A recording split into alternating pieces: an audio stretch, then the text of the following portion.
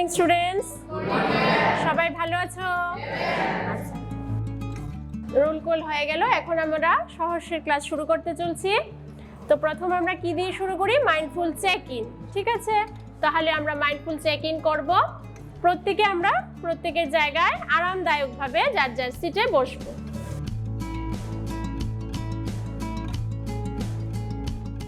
গভীর এবং দীর্ঘশ্বাস ভেতরে প্রবেশ করাও। আস্তে আস্তে শ্বাসটা বাইরের দিকে ছাড়ো।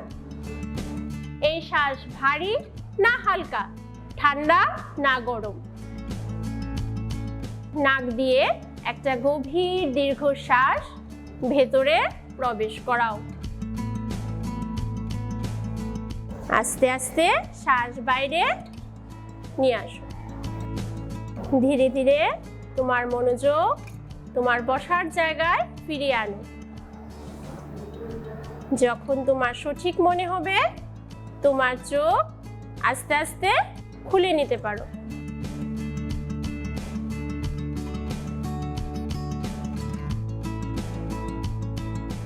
তাহলে আমরা খুব সুন্দরভাবে মাইন্ডফুল চেক ইনটা সম্পূর্ণ করলাম। এখন আমরা আমাদের পাঠে চলে আসব। কিন্তু আজকে আমাদের সহজের ক্লাসে কি আছে? এক্সপ্রেশনস, মানে অভিব্যক্তি। তো আজকে আমি তোমাদের সঙ্গে দু একটি প্রশ্ন আলোচনা করব। উত্তরগুলি আমরা সবার মধ্যে ভাগ করে নেব।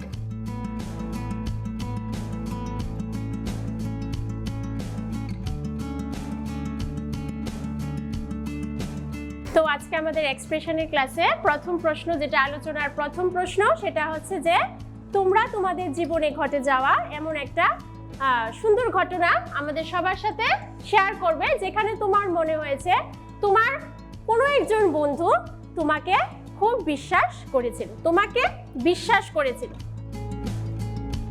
ম্যাম, আমি ক্লাস 6-এ ছিলাম, তখন এক্সাম চলছিল। আমি এক্সাম হলে জ্যামিতি বক্স নিতে ভুলে গেছিলাম। তখন আমার এক বন্ধু আমাকে জ্যামিতি বক্স দিয়ে হেল্প করেছিল এবং যাওয়ার সময় জ্যামিতি বক্সটা আমার কাছে রেখে গিয়েছিল।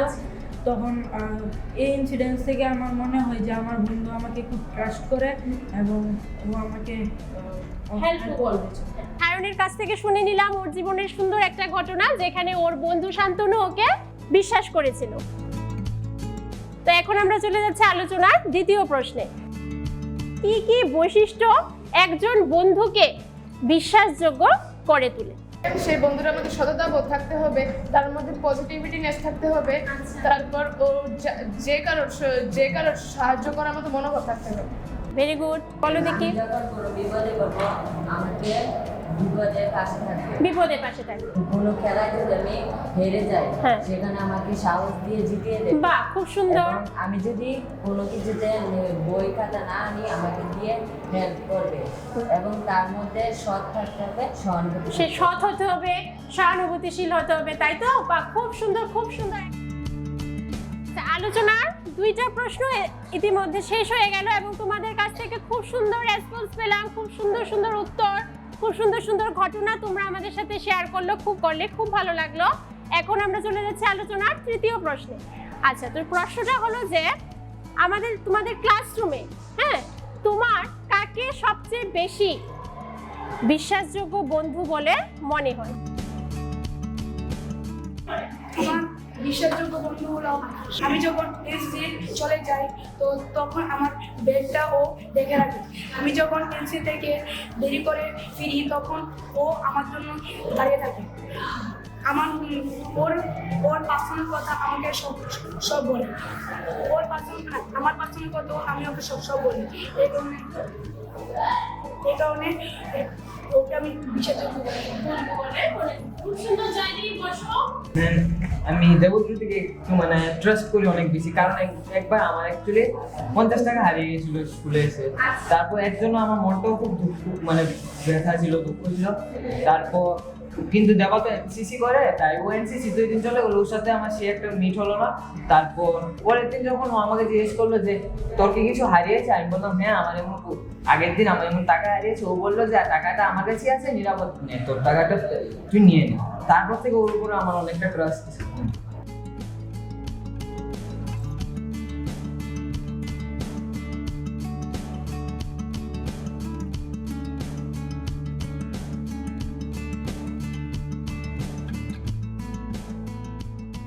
আমাদের প্রিয় ছাত্ররা, আজকে আমাদের সহর্ষের এক্সপ্রেশন ক্লাসটা তোমাদের কাছে কেমন লাগলো?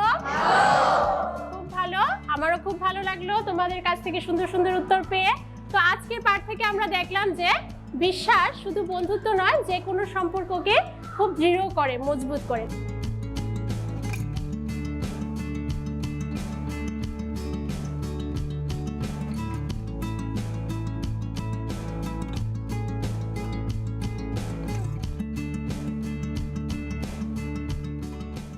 আজকের ক্লাস থেকে বাড়ির কাজটা হলো যে বাড়িতে আমরা আমাদের গুরুজনদের প্রতি, আমরা আমাদের বড়দের প্রতি, যাতে ওনারা আমাদেরকে ট্রাস্ট করতে পারে, আমাদের বিশ্বাস করেন, আমরা ওনাদের সম্মান জানাবো। কিভাবে জানাবো এটা আজকে আমরা বাড়িতে গিয়ে একটু চিন্তা করব।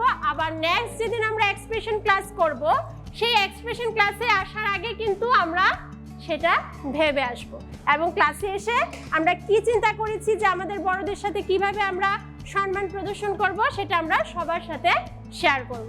ঠিক আছে?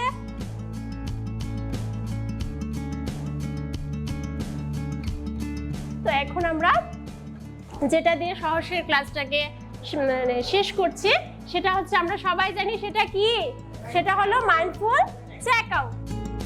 তোমরা প্রত্যেকে তোমাদের যার যার সিটে আরামদায়কভাবে বসো। তোমরা চাইলে তোমাদের চোখ বন্ধ করে নাও। যাদের চোখ বন্ধ করতে অসুবিধা হচ্ছে তোমরা পায়ের দিকে তাকাতে পারো, আর তোমাদের হাত পায়ের উপর অথবা সামনে ডেস্কের উপর রাখো। এতক্ষণ আমরা ক্লাসে যা যা শুনেছি, যা যা জেনেছি, সেগুলি নিয়ে একটু ভাবো। এখন ধীরে ধীরে তোমাদের মনোযোগ তোমাদের বসার জায়গায় নিয়ে আসো, এবং যখন সঠিক মনে হবে তোমরা তোমাদের চোখ খুলে নিতে পারো। আজকে এখানেই শেষ করছি। Thank you.